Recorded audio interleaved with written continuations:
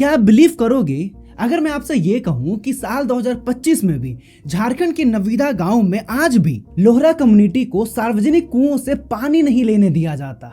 अच्छा, वो दलितों को पानी आप लोग इस कुआं से क्यों नहीं लेने देते हैं?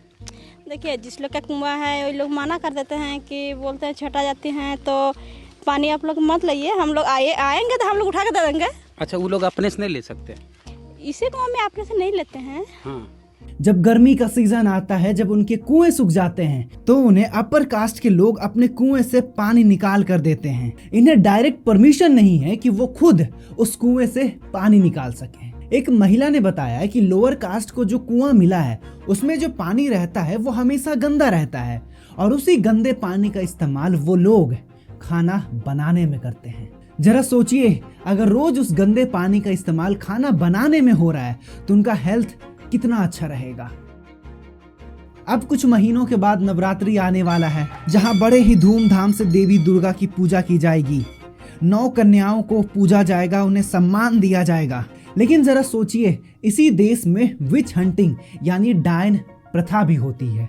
अक्सर गांव के लोग ऐसा मानते हैं कि उन महिलाओं के पास ब्लैक मैजिक होता है, वो काला जादू कर सकते हैं। अगर गांव के अंदर कोई बीमार पड़ जाए, किसी की मौत हो जाए या गांव में कुछ अनयूजुअल हो जाए तो गांव के लोग उस महिला को ही जिम्मेदार ठहरा देते हैं। गांव के लोग एक दूसरे से फुसफुसाते हुए कहते हैं कि ये हमारे बच्चों को मार देगी, गाय दूध देना बंद कर देगी, हमारी फसलें खराब हो जाएगी।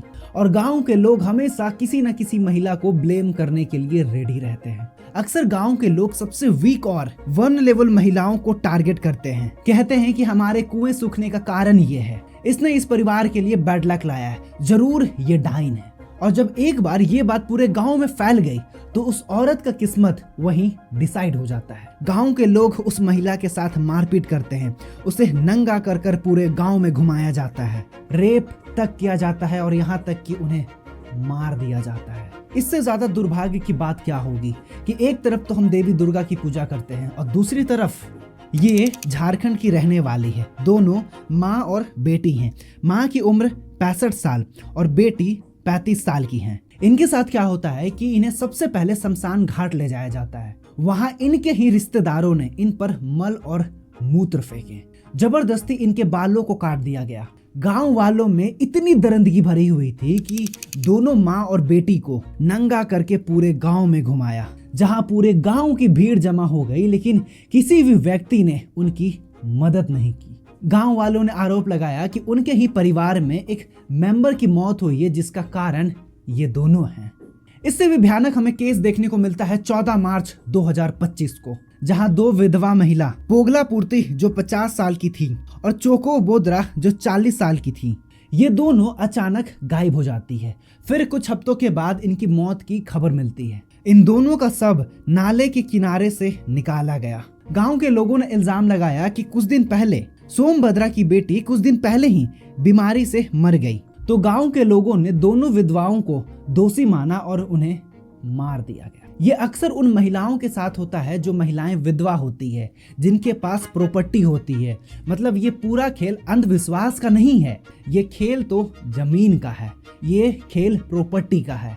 जो विधवा महिलाएं होती है उन्हें देखने वाला कोई होता नहीं है।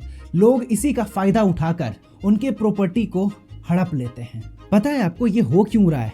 ह्यूमन कैपिटल टर्म में झारखंड का लिटरेसी रेट 66.4% है, जो नेशनल एवरेज 73% से कम है।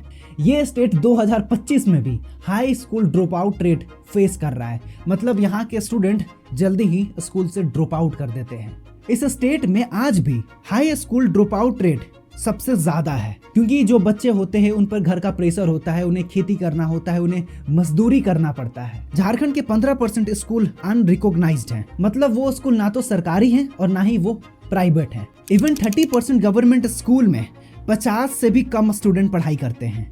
झारखंड के कई सारे इलाकों में बच्चों को 10 से 15 किलोमीटर पैदल चलकर स्कूल पहुंचना पड़ता है। और जब बच्चे स्कूल पहुंचते हैं तो पता चलता है कि अरे स्कूल में तो केवल एक ही टीचर है, जहां ना तो कोई सब्जेक्ट का आता पता है और ना ही सिलेबस का। और सबसे हैरानी की बात यह है कि 70% प्राइमरी स्कूल के टीचर और 58% अपर प्राइमरी के टीचर अनक्वालिफाइड है। सेकेंडरी और हायर सेकेंडरी में टीचर का शॉर्टेज है।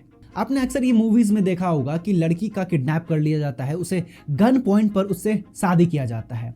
लेकिन झारखंड में इसका उल्टा है। झारखंड में लड़कों को गन पॉइंट पर रखकर शादी कराया जाता है। वहाँ ज़बरदस्ती हमको शादी करवा दिया, मारपीट के राइफल के भाव दिखा करके गोली मार देंगे, नहीं करेगा तो डर से हम 10 आदमी था तो वहाँ क्या करते। खैर है तो ये दोनों ही गलत, लेकिन झारखंड विचित्र स्टेट है। जब झारखंड का एजुकेशन इतना बद से बदतर हो तो हम क्या उम्मीद कर सकते हैं। खैर आशा करता हूँ कि वीडियो आपको इन्फॉर्मेटिव लगी हो। तो मिलते हैं अगले वीडियो में एक नए टॉपिक के साथ, और वीडियो देखने के लिए आपका दिल से शुक्रिया।